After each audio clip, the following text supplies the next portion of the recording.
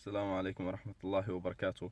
I just want to share a little story with you guys that I encountered recently.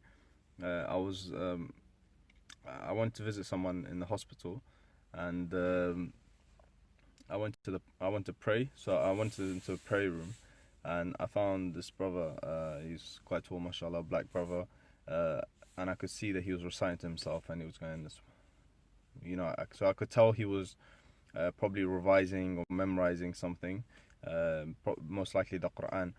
So I was just speaking to him. I said salam to him, and because the Prophet said, say salam to those that you know and those you don't know. So I said salam to him, and then I said, "Are you waiting for someone before you pray?" And he said, "Yeah, I'm waiting for my brother. He's making wudu." So I said, "Okay, I'll wait for you with you guys, and then we'll pray together, inshallah." So his brother came. I said salam to him, and then he started praying. The brother led us. The first brother that I met, he led us in prayer. And mashallah, tabarakallah, he had a beautiful qira'ah. Yeah, I was really enjoying his recitation.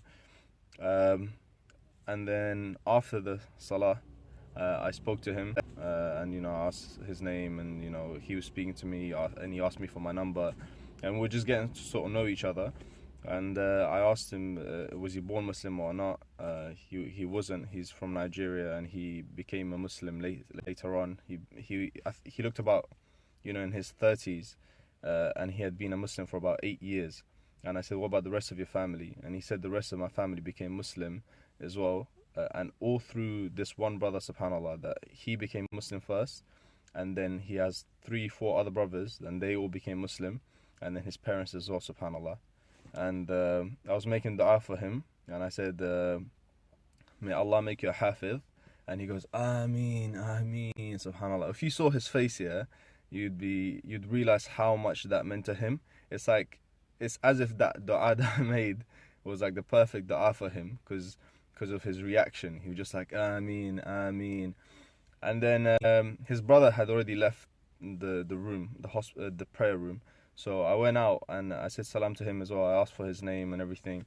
And again, I made the same dua for him as well. I said, may Allah make you a hafid. And he was like, Ameen, Ameen. And subhanallah, he was so eager as well, and he was so compassionate. I had never seen anyone say Ameen like that, just looking up and being like, Ameen, Ameen. And the funny thing was that both brothers did it this exact same way, subhanallah. And I was just like, wow, mashallah, tabarakallah. May Allah preserve them and actually make them a hufad. Make them both hufad. But it's beautiful to see. And it goes to show as well that, because as soon as I saw him recite to himself, I could tell that he was trying to memorize, even though he wasn't doing it out loud.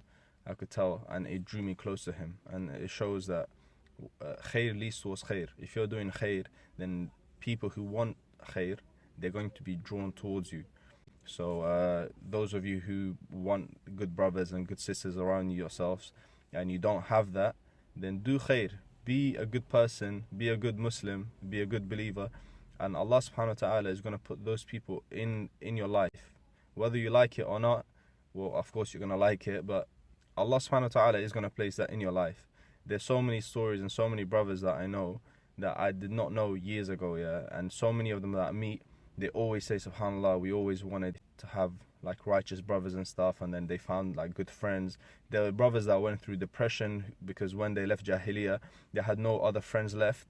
But subhanallah, Allah subhanahu wa ta'ala brings the right people in your life when you try to sacrifice things for His sake, and when you give up something, like for example, you're giving up your Jahiliyyah, you're giving up the haram pleasure that you had with the bad company that you had, and you left that for the sake of Allah subhanahu wa ta'ala, and Allah subhanahu wa ta'ala replaced the people around you for those people that He's pleased with and those people that He loves and cares about, and then you're placed in that same category now.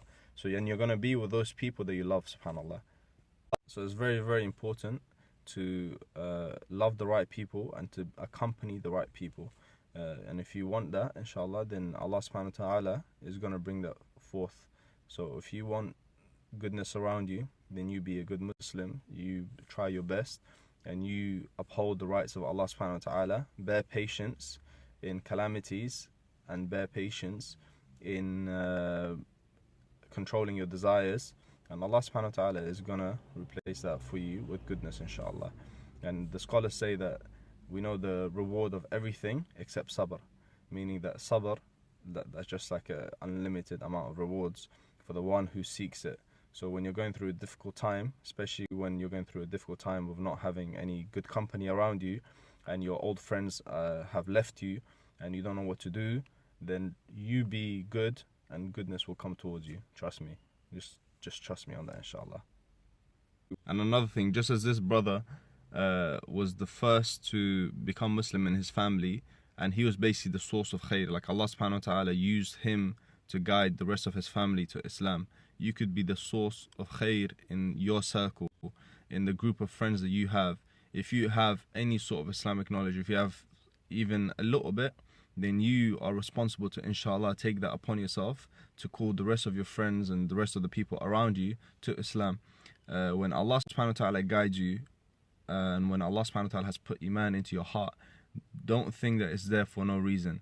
If you are guided and Allah subhanahu wa ta'ala has guided you, and the rest of your family is not guided, and the rest of your friends aren't guided, then you have to take it upon yourself to, inshallah, try and bring them to Islam, try to instill iman in their hearts through the will of Allah subhanahu wa ta'ala. You have to do these things, like it's a responsibility. It's not something that you just take, I'm guided, alhamdulillah, I'm gonna just go and do my own thing. You can be the source of khair. You don't have to be the one to go and look for other people. You could be the source where you don't even move from your spot, and then the people around you see the khair that you're in, and they want that khair too.